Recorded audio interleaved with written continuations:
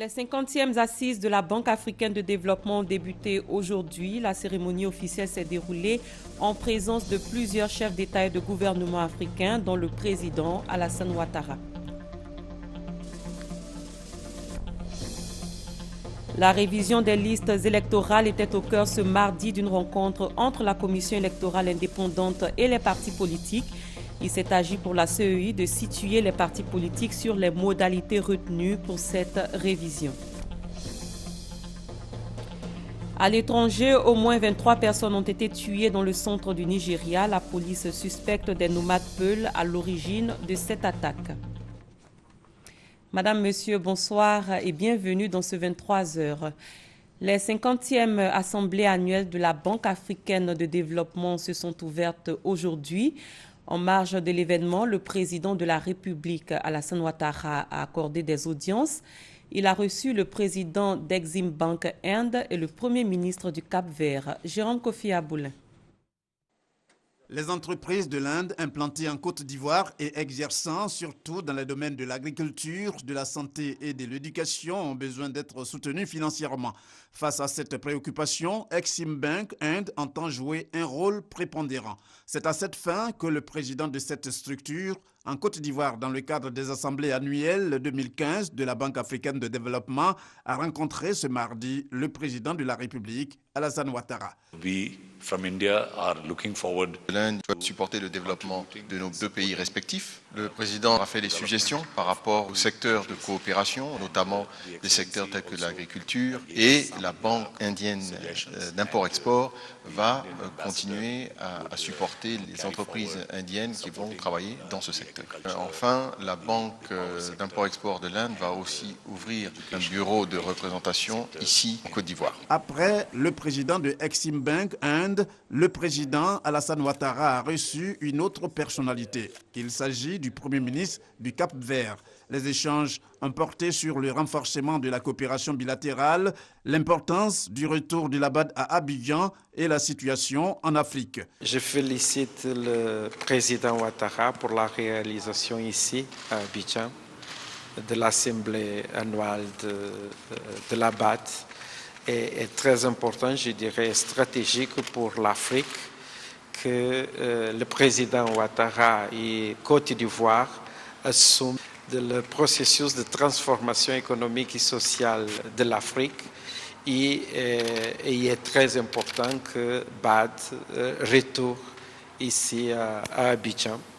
Mais nous parlons aussi sur la situation de l'Afrique, sur le processus de transformation sociale, la croissance économique, la stabilisation de Côte d'Ivoire et le développement en général du continent africain. Le Premier ministre du Cap-Vert, à l'instar du président de Exim Bank Inde, s'est dit impressionné par le président Alassane Ouattara au cours de cet entretien. Cela en raison de son leadership dans la sous-région, en Afrique et dans le monde. Et comme annoncé plus tôt, les assises de la BAD ont débuté ce mardi. La cérémonie officielle s'est tenue au Sofitel Abidjan Hôtel Ivoire à Cocody en présence de plusieurs chefs d'État et de gouvernements africains. Elle était présidée par le chef de l'État Alassane Ouattara. Viviane Aïmé.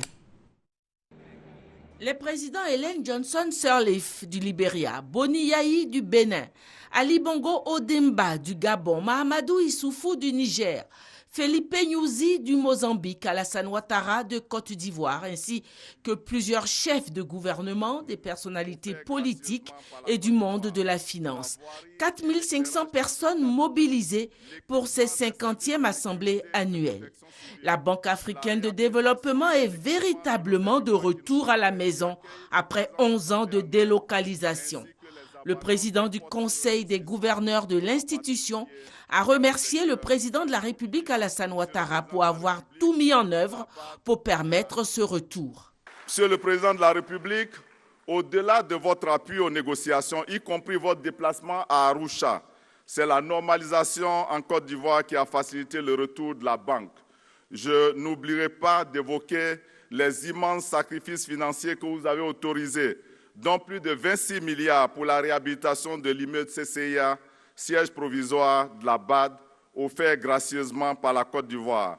Monsieur le Président de la République, la BAD est à Abidjan grâce au grand homme que vous êtes et que je salue avec toute l'Assemblée pour dire au nom de tous les gouverneurs ici présents et au nom des États qui les ont mandatés, merci Monsieur le Président, thanks a lot, obrigado, shukran Monsieur le Président Alassane Ouattara for all you have done for ADB and for Africa. May God protect you, Monsieur le Président. Aux commandes de la Banque africaine de développement depuis 2005, le président Donald Kaberuka a également salué le retour de la BAD à son siège statutaire. Loin des réalités quotidiennes du sous-développement, le risque était grand de voir la banque se détourner peu à peu de ses missions premières qui sont de contribuer au développement économique et au progrès social des pays africains. Depuis septembre 2014, nous sommes de retour à Abidjan. Je tiens à dire un grand merci à tous ceux qui ont fait de cette opération un remarquable succès. Le processus de retour au siège s'est déroulé comme prévu. Logistique sans faille, perte minimale du personnel, moins de 7%, coûts financiers maîtrisés sans aucun dépassement budgétaire. Quant à notre plus grande inquiétude, à savoir l'impact négatif du retour de la banque, la perturbation potentielle de nos opérations, elle ne s'est pas matérialisée. Bien au contraire, l'année 2014 enregistre l'une de mes performances de la banque depuis 2008. Le moment me semble donc opportun de dire encore une fois un grand merci à la Tunisie d'avoir hébergé la BAD pendant 11 ans. Le rôle important joué par le président Houphouët-Boigny dans la création de la BAD a été évoqué. Si à sa création en 1964, elle ne comptait que 23 pays membres et un personnel se résumant à une dizaine de personnes, en 50 ans, la Banque africaine de développement rassemble aujourd'hui tous les pays africains et même des pays et personnes morales non africains, soit un ensemble de 80 membres et un capital de 100 milliards de dollars et un prestige qui s'est accru dans le monde. Le président sortant, Donald Kaberuka, 7e en date, qui vient d'achever son second mandat de 5 ans à la tête de l'institution financière panafricaine, a reçu les félicitations du Conseil des gouverneurs et un vibrant hommage du président de la République, Alassane Ouattara. Nul ne saurait contester le bilan positif de la Banque africaine au cours de ces 50 dernières années, ainsi que son leadership sur les questions de développement de notre continent. Je voudrais dire maintenant quelques mots à l'attention de mon frère, mon ami, le président Donald Kaberuka. Cher ami, vous avez su faire rayonner cette grande institution pendant une décennie tout entière. Votre leadership a été salué par tous, et ceci à juste titre. Vous en avez élargi les compétences. Vous avez su représenter l'Afrique, vous avez défendu nos intérêts contre vents et marées, vous avez su gagner la confiance et le respect de tous. Votre bilan est tout simplement impressionnant.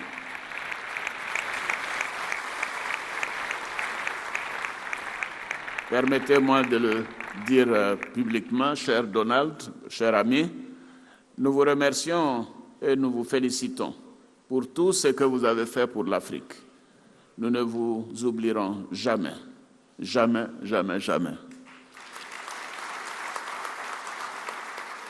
Alors c'est pourquoi je propose que nous donnions ici une standing ovation à la Banque africaine de développement, à son conseil d'administration, à sa direction, à tout son staff et à tous ses anciens présidents.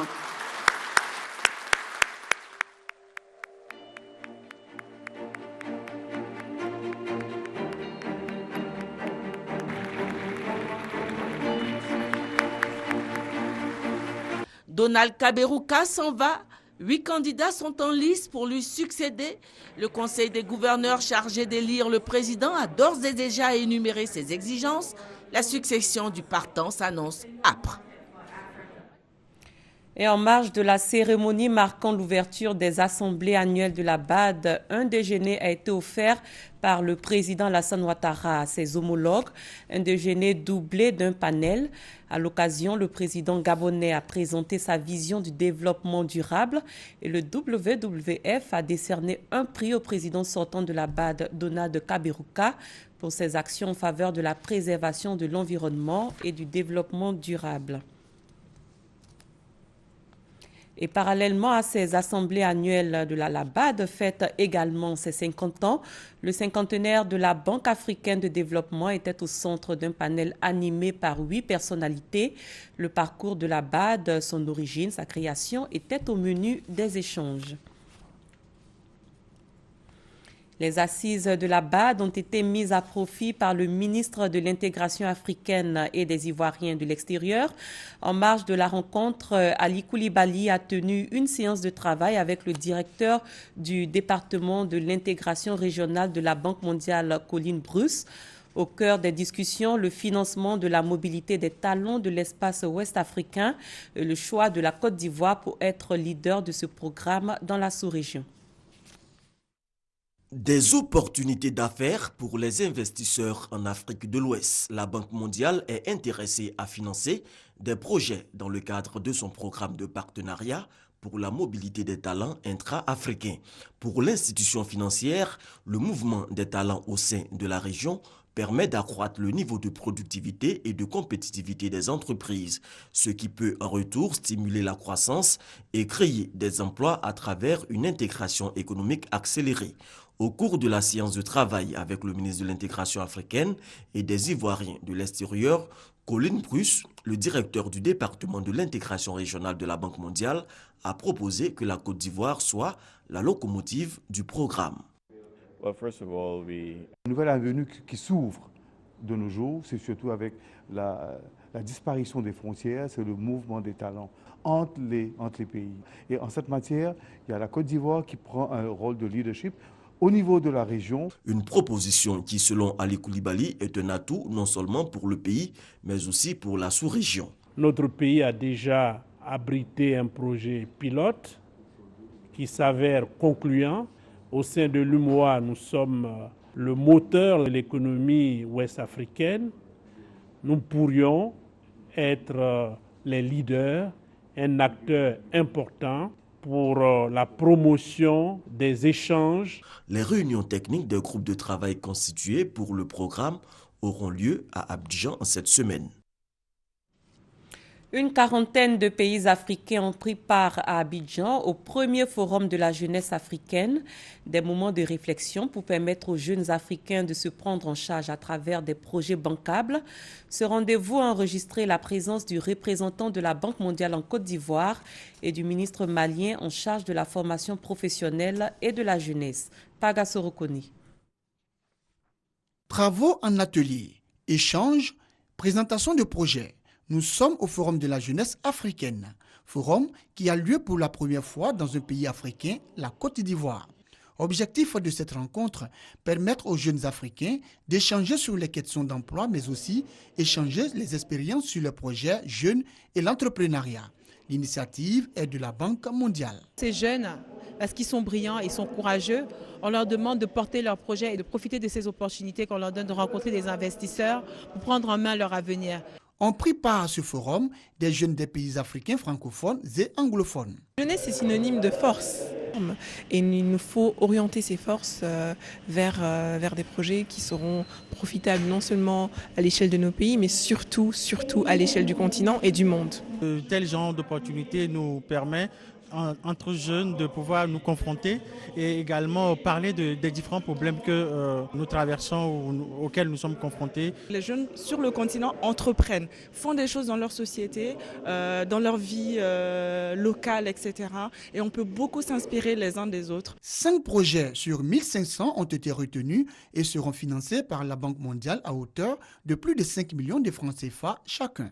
Ce forum de la jeunesse africaine a bénéficié du soutien du représentant de la Banque mondiale en Côte d'Ivoire et du ministre malien en charge de la formation professionnelle et de la jeunesse.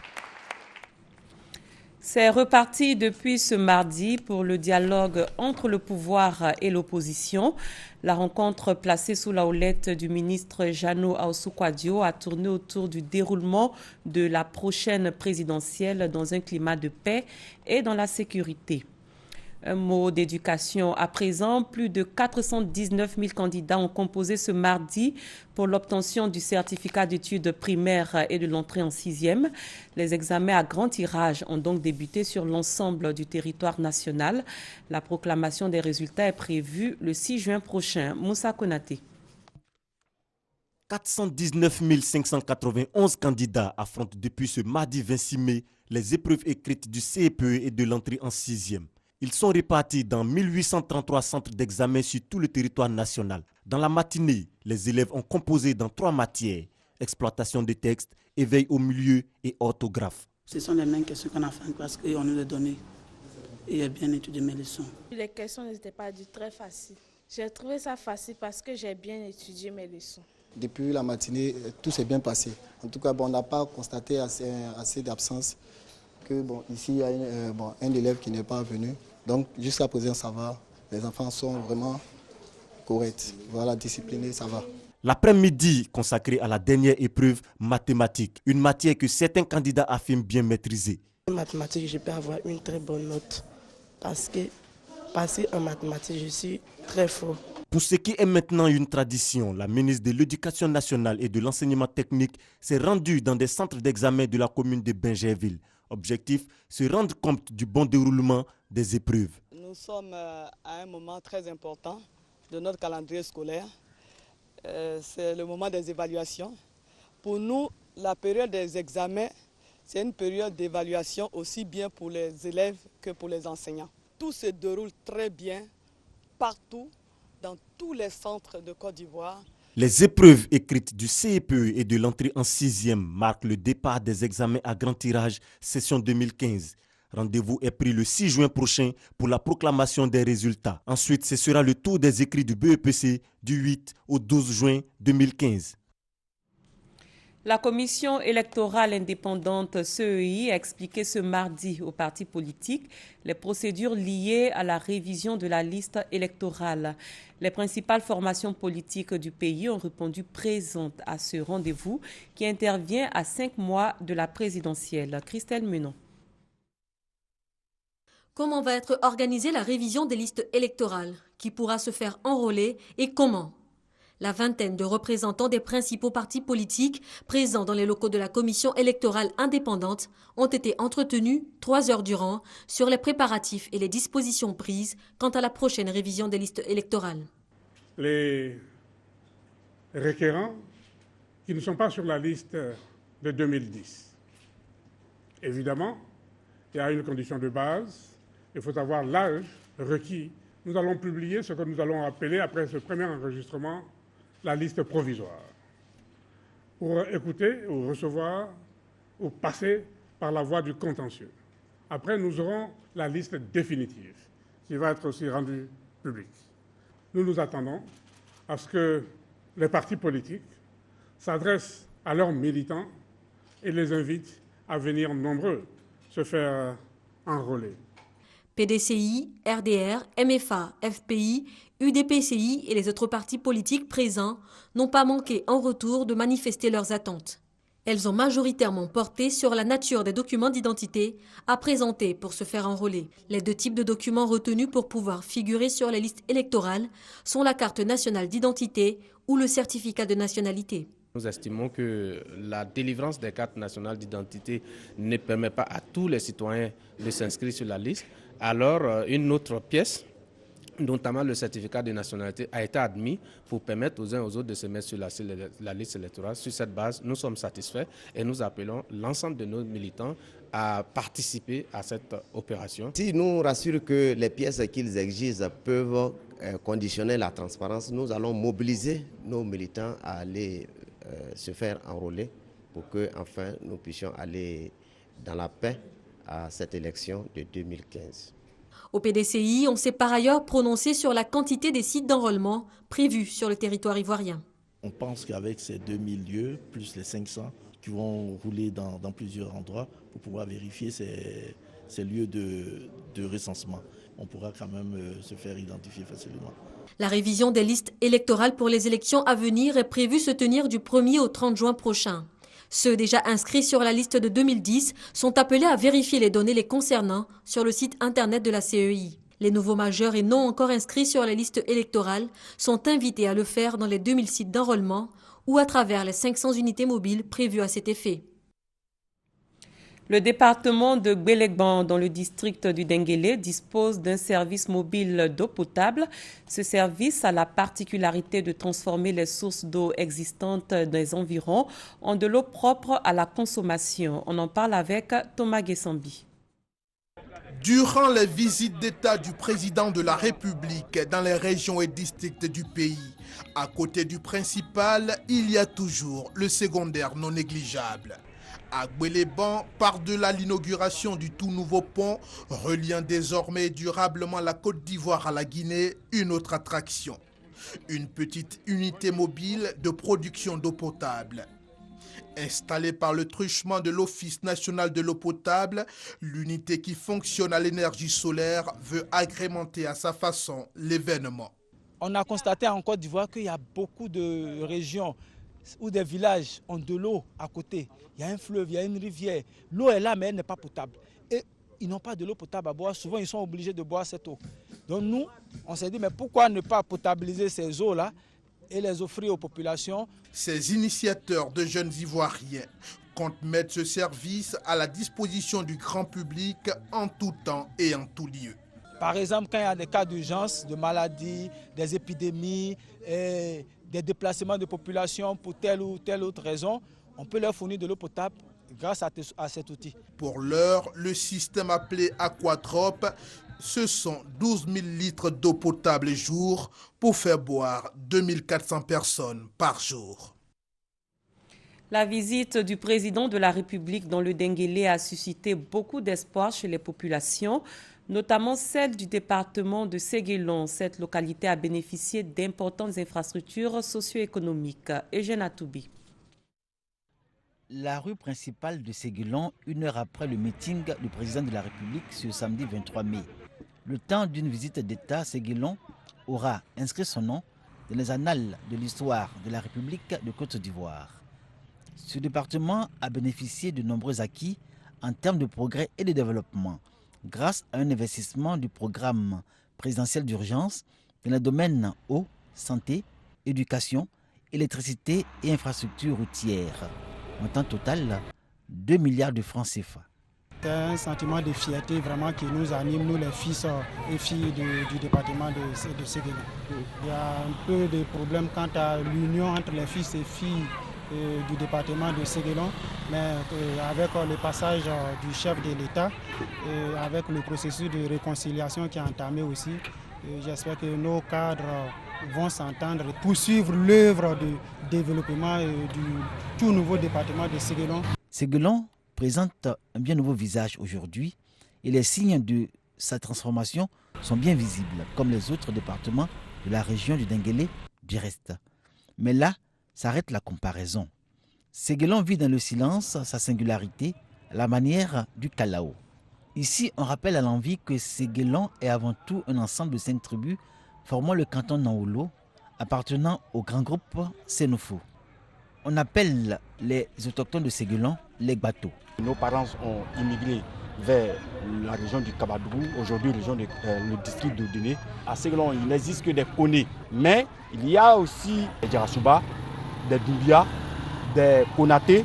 Je suis en train de négocier avec certaines personnes, surtout des opérateurs économiques, pour pouvoir nous donner des coups de main.